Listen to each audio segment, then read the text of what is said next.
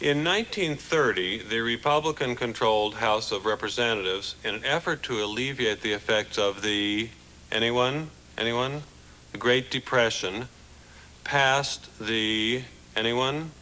A tariff bill, the Hawley-Smoot Tariff Act, which, anyone, raised or lowered? Raised tariffs in an effort to collect more revenue for the federal government. Did it work? Anyone? Anyone know the effects? It did not work, and the United States sank deeper into the Great Depression.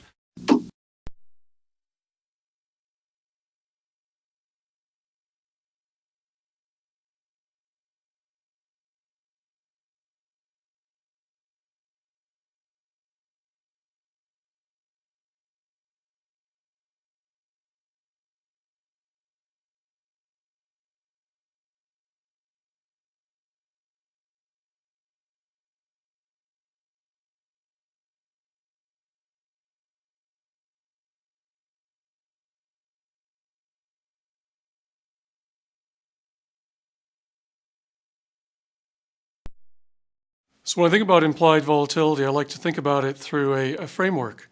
And I'll try and keep it relatively simple, but if we start with realized volatility, which let's use for simplicity some of the Greek symbols of heta at time t.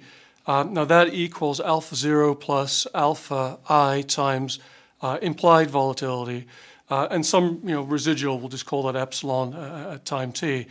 Now, if we think about the time periods here, you have to be certain that the realized volatility is over the full time period, whereas the implied volatility is just at the beginning of the time period.